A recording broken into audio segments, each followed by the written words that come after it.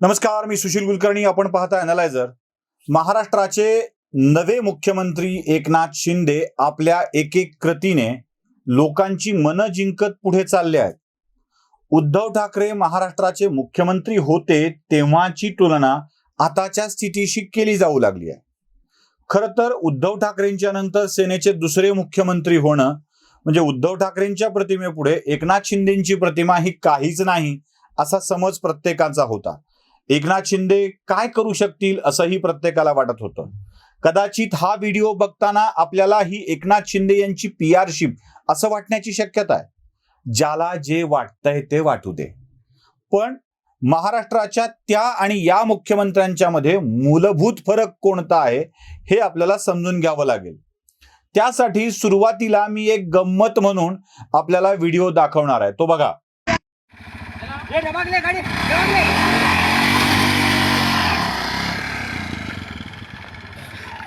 पाहिला?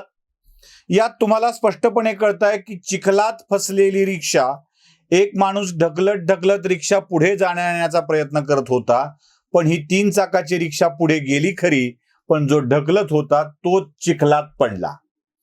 अशीच काहीशी अवस्था उद्धव ठाकरेंची झाली आहे का? 3 चाकाची रिक्षा म्हणजे राष्ट्रवादी काँग्रेस आणि शिवसेना या रिक्षाला पुढे ढकलण्याच्या नादामध्ये उद्धव ठाकरे चिखलात नाहून निघालेत का, असाही प्रश्न आमच्या मनात पडतो. उद्धव ठाकरेंची संपूर्ण कारकीर्द आपल्या 2 सहयोगी पक्षाला सांभाळून नेण्यात आणि यांना सांभाळून नेणं कसं आवश्यक आहे हे आपल्याच पक्षाच्या माणसांना कन्व्हिन्स करण्यात गेली आणि त्याचा परिणाम असा झाला की विरोधकांच्या हातामध्ये उद्धव ठाकरेंना नाव ठेवण्यासाठी आयते विषय सहजपणे मिळून गेले. म्हणजे हेच बघा ना, अगदी स्वातंत्र्यवीर सावरकरांच्या नावानं नेहमीच मतांचा जोगवा मागणारी शिवसेना काँग्रेस आणि राष्ट्रवादी काँग्रेसच्या बरोबर गेली की त्यांना वाईट वाटायला नको म्हणून सावरकरांना विसरून गेली. पण इथे घडलं नेमकं उलट. इथे एकनाथ शिंदे स्वतः मुख्यमंत्री झाल्याबरोबर पदभार घेतल्यानंतर लगेच सावरकरांच्या स्मृतीस्थळावर जाऊन तिथे पुष्पांजली अर्पण करून आले. हाच फरक आहे उद्धव ठाकरेंच्या मध्ये आणि एकनाथ शिंदेच्या मध्ये. एकनाथ शिंदे ज्या मतपेढीला बिलॉंग करतात, ज्यांच्या आधारावर ते विजयी होतात, त्यांना सुखविण्याची एकही संधी सोडत नाहीत. हे वाक्य जरासं राजकीय वाटेल, पण जे मनात आहे ते कृतीत दिसतं. हेच एकनाथ शिंदेनी या निमित्ताने सिद्ध करून दाखवलंय. एकनाथ शिंदे सातत्यानं वैद्यकीय मदत करताना तुम्हाला दिसतात. आता याच वैद्यकीय मदत कक्षावर शिवसेनेच्याच लोकांनी हल्ला करून त्यांचं ठाण्यातलं वैद्यकीय मदत कक्ष फोडलं होतं.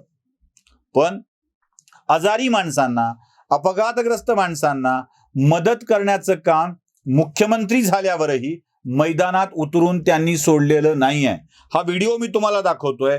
त्यात स्वतः महाराष्ट्राचे मुख्यमंत्री एका पडलेल्या मुलीला, महिला पोलिसाला कसं हॉस्पिटलला पोहोचवतात याचं हे उत्तम उदाहरण आहे. बघा तो व्हिडिओ एकदा.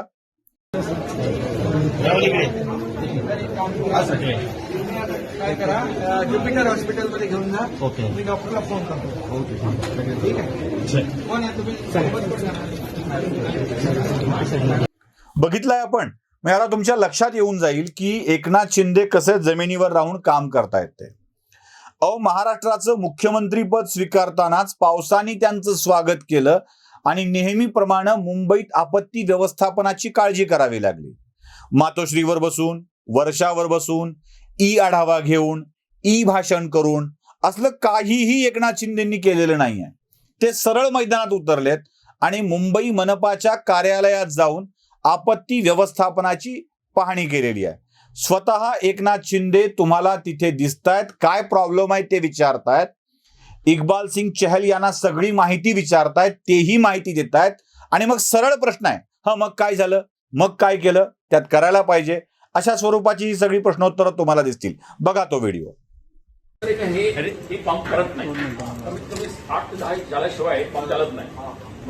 8 ते 10 साचतोच, कारण पंप जरी लावला आपण कोरड्यावर पंप चालणार नाही. जसं आपल्याला स्कोप नाही का फॉन करायला? आपण परवा मीटिंग चर्चा केली की माहूर पंपिंग स्टेशन ते जे आपण जर केलं असं तर Chunabhatti, Sion, Gandhi market, head of health कायमचं हे फ्लड होईल. ते बघ, 6 एकर आपल्या जमीन पाहिजे होती सर. सॉल्ट फॅक्टरी पाहिजे तर ऑनरेबल डेप्युटी सीएम सर बोलले की मी 15 दिवसात आणतो. येस, दिल्लीवरून पाहिजे आपल्याला. फॉलोअप सर करतोय सर. मी आजच सकाळी पत्र पाठवलं दिल्लीला कॉमर्स सेक्रेटरीला की मला ते ट्रान्सफर करावं.